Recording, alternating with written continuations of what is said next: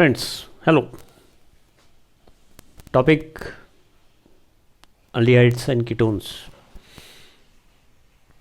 In that, now we are going to focus on iodoform test. Iodoform test. Very important test and very useful for MCQs. Okay. बघा ही एक छान taste आहे आणि पुस्तकं board नीट या सगळ्याचा विचार केला तर याची मेकॅनिझम अपेक्षित नाही. असं नसलं तरी बऱ्याच मेकॅनिझम आपण शिकतो, पण इथं आपण काय करू ती गरजेपुरती शिकू. नाहीतर PhD पास आणि 12वी नापास असं काहीतरी, म्हणजे नापास म्हणजे असं होऊ नये. जिथं सोयीचं आहे गरजेचं आहे तिथं बघतोच आपण. पण अगदीच ज्या पद्धतीने बुक्समध्ये त्यामुळे नोट्समध्ये की डायरेक्ट ॲरोवरती रिॲक्टंट इथं आणि प्रोडक्ट आणि असं काहीतरी मग काहीच कळत नाही, तसं पण असू नये. आणि अगदी थर्ड इयर BSc ची लेवलची मेकॅनिझम कारण नसताना सिलेबसमध्ये असेल तर बघायचंच. ओके.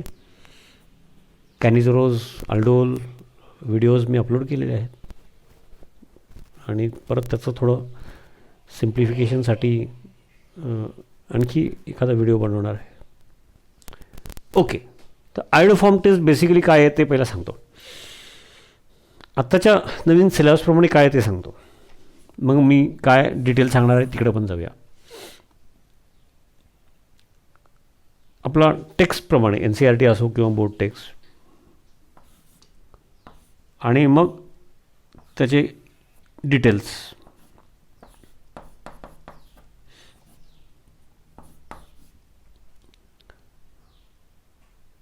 आयोडोफॉर्म टेस्टसाठी अल्डिहाईड और कीटोन आपली सुरुवात इथून होते, मग नंतर परत सांगतो मी जसं सांगतो त्याप्रमाणेच अभ्यास करा. भले लिहिताना काहीतरी वरती अल्कोहोल लिहिलं आहे, ठीक आहे.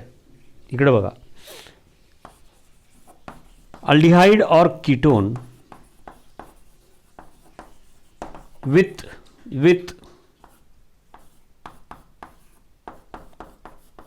दिस ग्रुप, म्हणजे हा कोण आहे बरं? ॲसिटाइल ग्रुप. ॲसिटाइल ग्रुप अल्डिहाइड और ketone with acetyl group show positive iodoform test. म्हणजे जी काही आयोडोफॉर्म टेस्ट आपण केली, ओके, म्हणजे पहिला तो अल्डिहाइड आहे का कीटोन आहे, म्हणजे कार्बोनिल ग्रुप आहे का ते खात्री व्हायला पाहिजे. म्हणजे त्याच्यासाठी आपल्याकडे प्रिव्हियस लेक्चरमध्ये आपण बघितलेलं हायड्रोजिनची टेस्ट, एस्पेशली हायड्रोजिनचे डेरिव्हेटिव्ज फिनाईल हायड्रोजिन किंवा नायट्रोफिनाईल हायड्रोजिन, त्या लेक्चरमध्ये सांगितलं आहे की हायड्रोजिनचे डेरिव्हेटिव्ज बरोबरची टेस्ट का महत्त्वाची आहे, तर ते कलर अँड मेल्टिंग पॉईंट एवढा स्पेसिफिक आहे की तो अल्डिहाइड किंवा कीटोन कोण आहे त्याच्यावरूनच कळतं. तर त्याच्यावरून तुम्हाला कार्बोनिल ग्रुपवाला कंपाऊंड म्हणजे अल्डिहाइड कीटोन पुरतं ते कळतं, ती तिथं खात्री झाली. पण आता अल्डिहाइड आहे का कीटोन आहे त्याची पण वेगळी टेस्ट असते परत, तो पुढचा यानंतरचा भाग आहे. आत्ताचा मुद्दा आहे तो अल्डिहाइड असो किंवा कीटोन असो, हां दोन्हीपैकी एक तरी आहे हे आम्हाला फिनाईल हायड्रोजिनचे डेरिव्हेटिव्हच्या टेस्टमध्ये कळलं, ठीक आहे. अल्डिहाइड किंवा कीटोन असो, आता हे अल्डिहाइड किंवा कीटोन असो असं जरी म्हणत असलं तरी ही टेस्ट एकाच अल्डिहाइडला लागू आहे. त्याचं कारण आता पुढं कळेलच, ॲसिड अल्डिहाइडला कारण कळेलच. पण जनरल म्हणताना अल्डिहाइड और कीटोन ज्याच्यामध्ये हा ॲसिटाईल ग्रुप आहे, जसं की इथं आता आहे, मग इकडं मिथाईल असेल, इथाईल असेल, प्रोपाईल असेल, हायड्रोजन असेल, म्हणजे ॲसिटल्डिहाइड म्हणजे कुणाकोणाला एक एक्झाम्पल म्हणून काही आपल्या नेहमीच्या चर्चेतली नावं जर घ्यायची म्हटली तर कुणाकोणाला, तर ॲसिटल्डिहाइड, त्यानंतर अल्काईल मिथाईल कीटोन, म्हणजे एका साईडला मिथाईल ग्रुप, म्हणजे हे अलग लक्षात. आणि ॲसिड अल्डिहाइड एकच अल्डिहाइड आहे की ज्याच्यामध्ये इथं हायड्रोजन येणार, बाकी सगळे अल्डिहाइडला इकडं इथाईल वगैरे किंवा आणखी अराईल ग्रुप वगैरे असणार, इथं हायड्रोजन असतोच. त्यामुळे अल्डिहाइडमधला एक स्पेसिफिक इथॅनल 2 कार्बन इथेन AL इथॅनल म्हणजे ॲसिटल्डिहाइड, आणि कीटोनमधलं एका साईडला मिथाईल, म्हणून मी लिहिताना अल्काईल किंवा अराईल म्हणू शकलो असतो. अल्काईल मिथाईल कीटोन म्हणजे हा ग्रुप. याचा अर्थ अल्डिहाइड और ketone which contains this acetyl group they show positive iodoform test. आता MCQला आपल्याला एवढंच उपयोगाला पडतं, म्हणजे जे काही 4-5 प्रश्न मिक्स करून एक चांगला, म्हणजे सेपरेटली आपण जे शिकतो ते 4-5 मुद्दे आयडोफॉर्म टेस्ट वगैरे अशा काही मिक्स करून एक छान क्वेश्चन MCQ येतो. त्याच्यामध्ये आयडोफॉर्म टेस्ट कुणाला पॉझिटिव्ह असते एवढं कळलं की तो मग तिथं ते उपयोगाला येते. MCQ जेव्हा बघणार आपण त्याला कळेलच. पण त्या MCQची तयारीसाठीचंच हे लेक्चर आहे. हे काहीतरी बोर्ड आणि MCQचं काय ते वेगळं असं नसतं. त्याची प्रॅक्टिस आणि परत त्यानिमित्ताने एक्सप्लेनेशन या अर्थाने ते वेगळं आहे. पण हा सगळा अभ्यास ज्या पद्धतीने चालू असतो तो न करता MCQजमध्ये जाणं म्हणजे तसं जायचं नसतं. ओके, हे मी पुन्हा सांगत असतो. नेहमीचा अभ्यास अतिशय व्यवस्थित करा, कानाकोपरा चप्पा डिटेलमध्ये जाऊन करा. त्यासाठी ह्या MCQ पॅटर्नच्या एक्झाम्स आलेले आहेत. सिलेबस वेगळा आणि हा वेगळा असं नाही. जसं की शाळेमध्ये स्कॉलरशिपला वगैरे असतं की शाळेतला सिलेबस वेगळा आणि त्याचा वेगळा. ते ठीक आहे, ते चूक बरोबर, हा मुद्दा वेगळा. इथं तसं नाही आहे. ओके, फक्त ते फार डिटेलमध्ये बघायचं, व्यवस्थित बघायचं. त्या अर्थाने ते MCQ किंवा CET किंवा नीटचं शिकणं ठीक आहे. आता इथं मी एवढा मुद्दाम वेळ लावतो कारण त्याचं महत्त्व तसंच आहे, तेवढंच आहे. आयडोफॉर्म टेस्ट पॉझिटिव्ह कुणाला, मग एक्झाम्पल लिहिता येतील. ॲसिटल्डिहाइड सोडायचं एक अल्डिहाइडमध्ये, आणि इकडं मिथाईल आणि इकडं मिथाईल घ्या, इकडे इथाईल घ्या, इकडं प्रोपाईल घ्या, इकडं अराईल घ्या. जे कोण किटोन आहेत त्या सगळ्यांना आयडोफॉर्म टेस्ट पॉझिटिव्ह. एवढी गोष्ट क्लिअर. आता काय असतं ॲक्च्युली अल्डिहाइडवर किटोन विथ होतं काय विथ, मी इथून सुरू करतो कारण पुस्तकात इथून आहे. नंतर एक स्टेप मी ॲड करणार आहे, त्यासाठी वर थोडं ढाचा लिहून ठेवला आहे, स्केलेटन. ओके, तिकडं बघू नका, इकडे बघा. अल्डिहाइडवर ketone with acetyl group with NaOH(NI2) इथे लिहिले बघा, विथ NaOH(NI2). म्हणजेच काय बरं, NaOH(NI2) give NaOI sodium hypoiodite म्हणजे बघा इथे +1 वाला आयोडीन आहे. नॉर्मली कंपाऊंड्स असतो आयोडीनचे, HI असेल, NaI असेल, आयोडीन -1 असतो. इथं ऑक्सिजन -2 सोडियम +1 म्हणजे आयोडीन +1 वाला आयोडीन. आणि +1 वाला iodine when it comes in contact with other chemicals has tendency to get converted into -1, म्हणजेच it will pull electrons, accept electrons. हे लक्षात घ्या. तर पहिलं ढोबळ सांगतो जे केमिस्ट्री. ॲसिटाईल ग्रुपवाले या मिक्सरमधून NaOI तयार होतो ते सांगितलेलं आहे. त्यामुळे मी आता इथं लिहिताना NaOI असं लिहितो. ओके, आणि इन प्रेझन्स ऑफ NaOH त्या मेकॅनिझमचा पार्ट आहे. म्हणजे I+1 वाला एका स्टेपमध्ये रिॲक्ट होतो तर OH- पण रिॲक्ट, असं ते आहे. गरजेपुरतं मेकॅनिझम बघूया. तर याचं होतं काय, असं केल्यानंतर first step is iodination of methyl group. त्या या टाईपच्या ॲसिटाईलवाल्या. आता दोन्हीकडे असेल तर एका साईडला होणार ॲसिटोन, एक साईडला तरी मिथाईल ग्रुप म्हणजे ॲसिटाईल ग्रुप पाहिजे, असं अल्डिहाइड किंवा ketone. Okay, iodination of methyl group. Okay, म्हणजे काय होणार याचं काय होणार,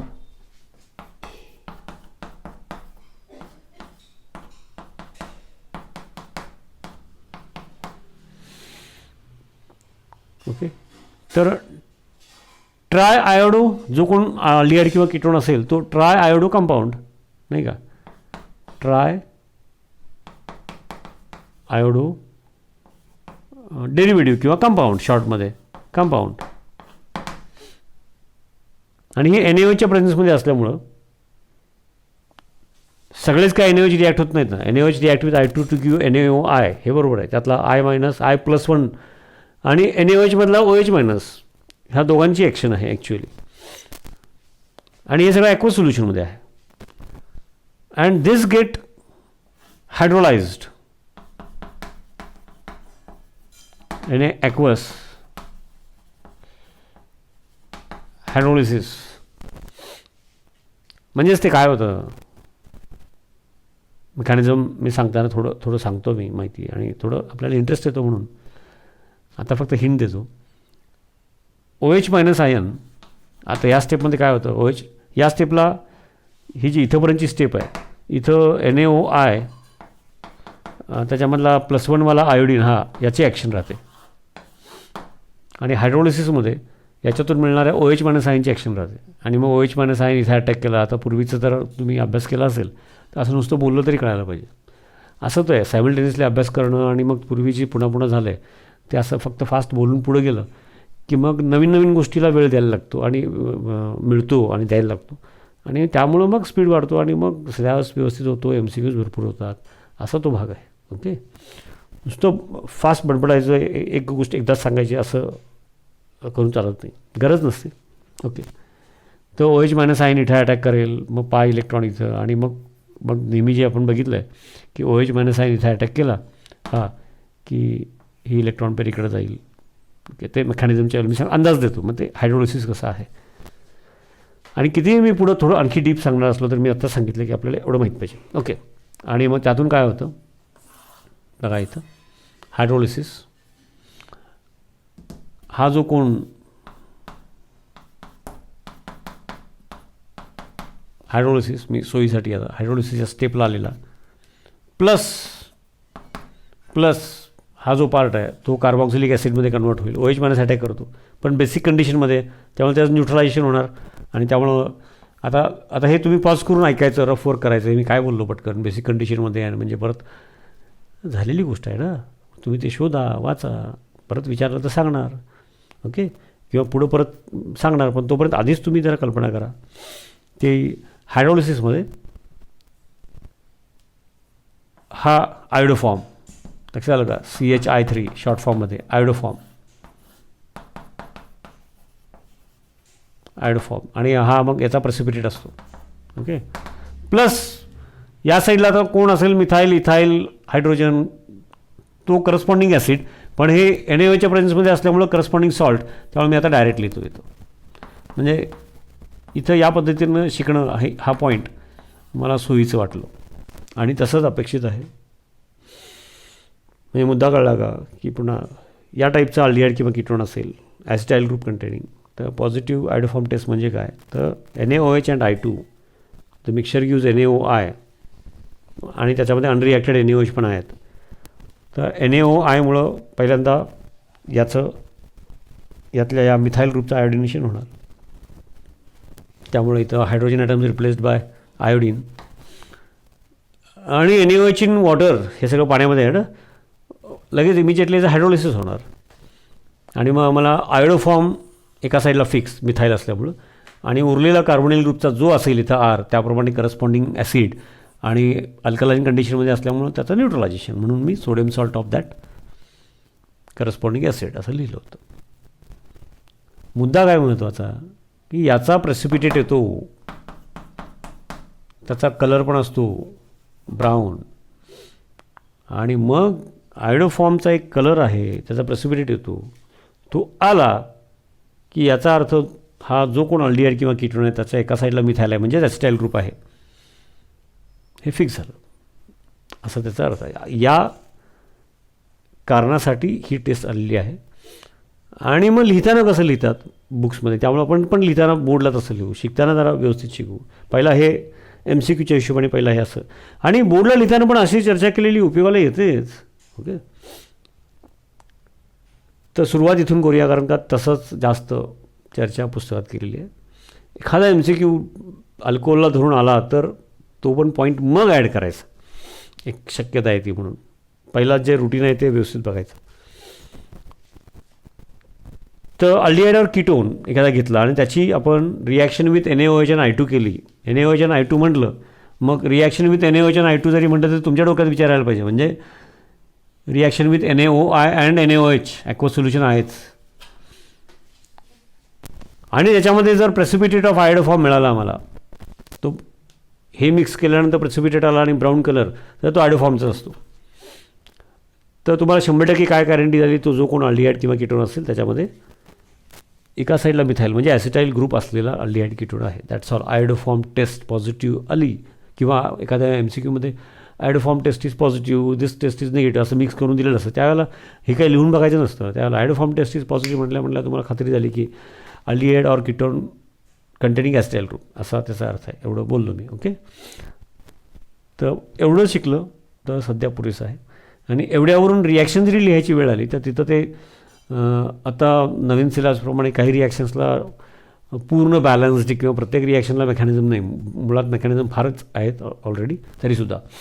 तर त्या पद्धतीने सांगण्यासाठी पहिलं हे जे सांगितलं हे फार महत्त्वाचं. पहिलं एवढं करायचं, एवढं केल्याशिवाय पुढं काय मी सांगणार आहे त्याच्याकडे जायचं नाही. असा अभ्यास करताना भले व्हिडिओ एक असेल तरी तुम्ही त्याचे टप्पे करायचे, इतरही व्हिडिओ तुम्ही तसं अप्लाय करा. पूर्ण व्हिडिओ बघितल्यानंतर लक्षात आलं मग त्यातला हा पार्ट, 2 पार्ट, 3 पार्ट, 40 मिनटाचा जरी व्हिडिओ असला तरी 15-15 मिनटाचे व्हिडिओ बघायचे आणि पूर्ण व्हिडिओ कंप्लीट करायचा. आणि मग तुमच्या लक्षात आलं की यातलं हे 20 मिनटाचं कंप्लीट करून अभ्यास केल्यानंतर मग पुढचं सोपं जातं आहे. तर ते प्लॅनिंग तुम्ही पण केलं पाहिजे. हिंट आम्ही दिली तर ते तुमचं स्वतःचं पण प्लॅनिंग असायला पाहिजे, आमची त्याला मदत असणार. ओके. तर आता हेच परत आणखी जरा मेकॅनिझम पद्धतीने आणि अल्कोहोलचा पण तिथं म्हणजे आयडोफॉर्म टेस्टसाठी अल्कोहोल पण असतात, पुस्तकात घेतले नसेल तरी आपण बघूया, आपल्याला MCQजला उपयोगाला येईल म्हणून त्या पद्धतीने सांगण्यासाठी आता हे इथंपर्यंत तुम्ही पहिला पक्का करायचं आणि मग पुढचं लेक्चर बघायचं. Okay. Let me rub this and again will proceed. Yes. तर जसं मगाशी म्हणालो मी, पण अल्कोहोलपासून मुद्दाम सुरू करूया. प्रायमरी और secondary alcohol with methyl group on one side. म्हणजे आता इथं हायड्रोजन असेल तर सेकंडरी अल्कोहोल, समजलं का? इथं हायड्रोजन असेल तर हा सेकंडरी नाही, कसा इथाईल अल्कोहोल झाला म्हणजे प्रायमरी अल्कोहोल. किंवा आता इथं मिथाईल ग्रुप असेल तर हा सेकंडरी आयसोप्रोपाईल अल्कोहोल. किंवा हा OH ग्रुप इथं असता तर N प्रोपाईल अल्कोहोल. तर मी काय सांगतो ते कुठल्या कुठल्या अल्कोहोलला लागू आहे त्याची लिस्ट करायची आणि आपल्याला किती लागतात. जसं की इथं हायड्रोजन असेल तर ethyl alcohol, isopropyl alcohol, N propyl alcohol, secondary butyl alcohol. झालं. याच्या पलीकडे अभ्यास असतो कुठं. मुद्दा काय आहे, प्रायमरी और secondary alcohol with methyl group. म्हणजे आता प्रायमरी अल्कोहोल सेकंडरी अल्कोहोल म्हणजे काय त्याचा अभ्यास पाहिजे, ते करा कोणाचा राहिला असेल तर. With methyl group on one side म्हणजे एका साईडला मिथाईल, मग इकडं कोण असेल त्याप्रमाणे इथं हायड्रोजन असेल तर इथाईल अल्कोहोल, इथं मिथाईल ग्रुप असेल तर आयसोप्रोपाईल अल्कोहोल, असं. समजलं का? इथं इथाईल असेल तर सेकंडरी ब्युटाईल अल्कोहोल, एका साईडला मिथाईल आहे ना. Such type of alcohols, primary और secondary alcohol with methyl group with NaOH and I2.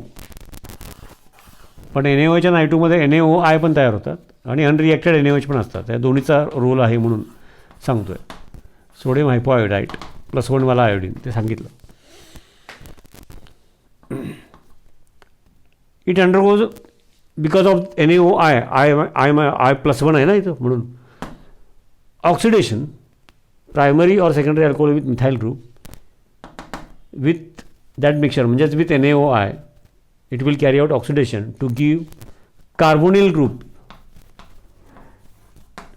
आता म्हणताना मी कार्बोनिल ग्रुप म्हटलं तरी ते अल्डिहाइड किंवा कीटोन असणार आहे. इथं प्रायमरी सेकंडरी अल्कोहोल कुठलं आहे त्याच्यावरती. समजा इथं हायड्रोजन असतं तर ते अल्डिहाइड, इथं हायड्रोजन असता म्हणजे इथाईल अल्कोहोल तर हे ॲसिटल्डिहाइड, इथं मिथाईल असता तर हा ॲसिटोन प्रोपॅनन. तसं कार्बोनिल ग्रुप. आता इथं मिथाईलवाला म्हटलेलंच आहे, याचा अर्थ एका साईडला मिथाईल असणारच आहे, इकडं कोणी असेल. ओके. कार्बोनिल ग्रुप अल्डिहाइड और कीटोन,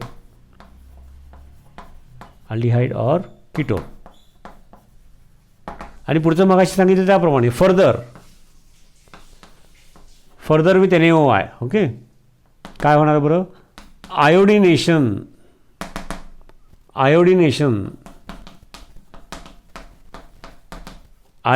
ऑफ मिथाईल ग्रुप. म्हणजेच काय होणार बरं, हे इथं लिहून दाखवतो. तर मगाशी लिहिलंच होतं, पुन्हा एकदा रिपीट होईल. आयोडिनेशन ऑफ, आणि तिथं मग हे NaOH and I2 in water aqueous solution आहे, ॲक्वस लिहिलं आहे. ओके. माझ्या स्टाईलमध्ये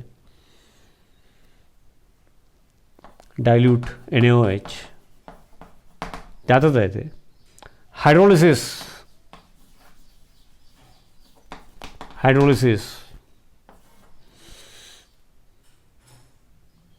will give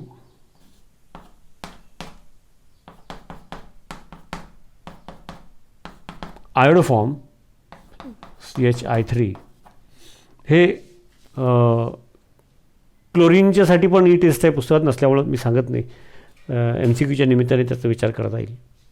याला मॅच होते म्हणून विचार करायचा. काही काही एक्स्ट्रा MCQज असतात, पण आपल्या अभ्यासाला मॅच होत असतील, फायदा करत असतील तर घ्यायचे, नाही तर नाही घ्यायचं. आता 10वीची कुठली तरी सायन्सची परीक्षा असेल आणि सिलेबसमध्ये आयोडोफॉर्म टेस्ट नसताना प्रायव्हेट बुकमध्ये क्वेश्चन आला, करायचं नसतो. ओके, पण क्लोरोफॉर्म टेस्ट अशीच आहे, एवढं जरी लक्षात ठेवलं तरी MCQला उपयोग होईल. म्हणजे पूर्वी यायचे, आता सिलेबस फार स्ट्रिक्ट झाला आहे. म्हणजे सिलेबसमधले किती डीप टाका. ओके, प्लस मगाशी बोललो तसं इकडे हायड्रोजन हायड्रोलिसिसमुळे हा करस्पॉन्डिंग कार्बॉक्सिलिक ॲसिड आणि बेसच्या कॉन्टॅक्टमध्ये असल्यामुळं इमिजिएट न्यूट्रलायझेशन. आता या दोन्ही गोष्टी बोलतो आहे आणि मी पटकन लिहितो. OH आणि इमिजिएट न्यूट्रलायझेशन म्हणजे प्लस वॉटर वगैरे सगळं लिहित नाही. ही आता पद्धत आहे. असं पुन्हा तेच असं झालं. ठीक आहे, आता यातल्या थोड्या गोष्टी सांगतो. आयोडिनेशनमध्ये काय आहे की हा जो आपल्या सोयीच्या दृष्टिकोनातून सिम्प्लिफाईड मेकॅनिझम, केमिस्ट्रीच्या मेकॅनिझमच्या हिशोबाने म्हणजे BSc थर्ड इयरवर त्या लेवलचं नको आपल्याला, गरज नाही त्याची. गरज असेल तर केलं असतं. तर हा जो NaOI आहे +1, ओके, आणि hydrogen it goes out in the form of H+, अशा प्रकारचं ते रिप्लेसमेंट आहे. असं म्हणजे स्ट्रिक्टली असं नाही आहे. आपण या असं समज केला तर आपल्या लेवलला नीट CET च्या दृष्टीने सोयीचं आहे म्हणून त्याला आयोडिनेशन म्हटलेलं आहे.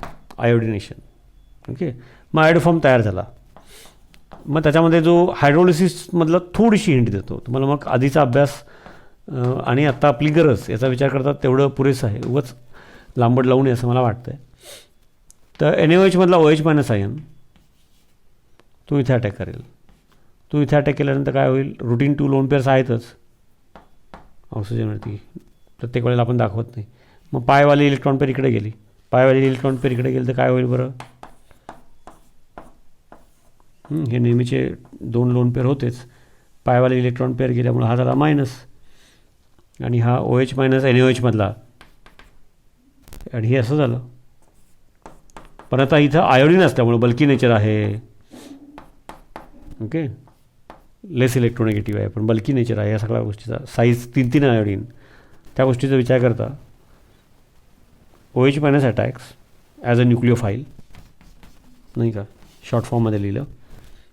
पायवाला आणि मग पायवाला इलेक्ट्रॉन परत आला तर हा जसं हायड्राईड ट्रान्सफर व्हायचं तसं मग hydrogen in the form of hydride transfer पूर्वी कुठं बघितलं होतं आठवा, कॅनिझोरोज रिॲक्शनमध्ये पण बघितलं होतं, कुठल्या हायड्रोलिसिसमध्ये पण बघितलं होतं.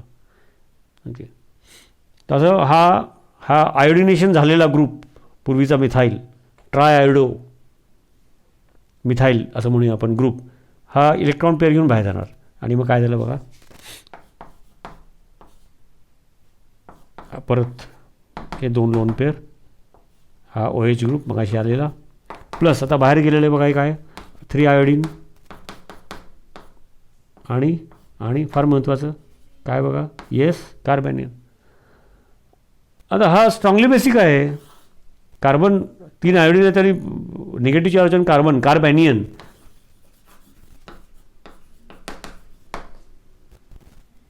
Lewis base, strong base.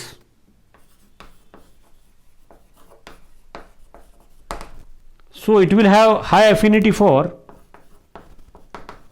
high attraction for, affinity for hydrogen in the form of H+ ions. आणि हा वीक ॲसिड आहे, म्हणजे याचं न्यूट्रलायझेशन असं दाखवतो. पण ते असंही विचार, मग तो याचं न्यूट्रलायझेशन होऊन वॉटर जरी तयार झालं तर वॉटरमधला hydrogen in the form of H+ ion इथे अवेलेबल होईल. इथे डायरेक्ट दाखवूया. आणि इथं हा ॲसिडिक हायड्रोजन आहे, OH bond is polar, acid carboxylic group आहे हा, आणि हा स्ट्रॉंग बेस आहे. जसा alkoxide ion OH- ion NaOH मधला स्ट्रॉंग बेस, तसा हा carbanion strong base, it will pull hydrogen in the form of H+ ions. आणि मग hydrogen in the form of H plus ions यांनी पूल केला तर काय तयार होणार बरं, CH3. आता ते लिहित नाही मी सेपरेट. ओके. आणि बाजूला Na+, मग अशी OH मायनस अटॅक केला त्यावेळेला Na+ होता, इथं आहेच नाही का, इथं Na+ होता शिल्लक. तो hydrogen in the form of H plus ions इथं गेला तर इथं बाजूला Na+ आहेच. आणि त्यामुळे मग hydrogen in the form of H plus ions इथं गेला तर त्याचं काय तयार होणार, चला इथं लिहितो काय तयार होणार. हे 3 आयोडीन आधी होतेच, ही इलेक्ट्रॉन पेअर याच्याकडून येणार म्हणून, आणि तो hydrogen in the form of H plus ions बाजूचा carboxylic acid CH3 precipitate brown colour, iodoform, triiodomethane IUPAC, iodoform म्हणून त्याला आयोडोफॉर्म टेस्ट म्हटलेलं आहे. आणि त्यामुळे आयोडोफॉर्म टेस्ट पॉझिटिव्ह आली. याचा अर्थ पहिला इथून सुरू करायचं मी म्हणाल ते बरोबर आहे की याचा अर्थ अल्डिहाइड और कीटोन विच कंटेन्स ॲसिटाइल ग्रुप असणार, पण त्याचा दुसरा अर्थ आयोडोफॉर्म टेस्ट पॉझिटिव्ह, आणि जर ते अल्कोहोलसाठी बोलले असतील तर याचा अर्थ प्रायमरी और secondary alcohol with methyl group. म्हणजेच कोण म्हणजेच प्रायमरी और सेकंडरी अल्कोहोल पहिल्यांदा ऑक्सिडेशन होतं ना त्याचं, which on oxidation give acetyl group असे अल्कोहोल. आता प्रायमरी और secondary alcohol which on oxidation म्हणजे सगळे प्रायमरी सगळे सेकंडरी नाही होत, सगळे समजलं का बघा. प्रायमरी और secondary alcohol with methyl group म्हणजेच काय, प्रायमरी और secondary alcohol which on oxidation gives acetyl group. असे जे कोण अल्कोहोल असतील त्यांचं पण इथून पुढं आयोडिनेशन अँड हायड्रोलिसिस, म्हणजेच those alcohols also give positive iodoform test which on oxidation, त्यातली पहिली स्टेप ऑक्सिडेशन आहे because of NaOI, give acetyl group. मग ॲसिटाइल ग्रुप देऊ शकणारे अल्कोहोल कुठले असा मुद्दा आहे. मग उद्या समजा तुम्ही एक्झाम्पल N ब्युटायल अल्कोहोल घेतलं समजा, असं करायचं. आता याचं ऑक्सिडेशन झालं तर ॲसिटाइल ग्रुप येत नाही,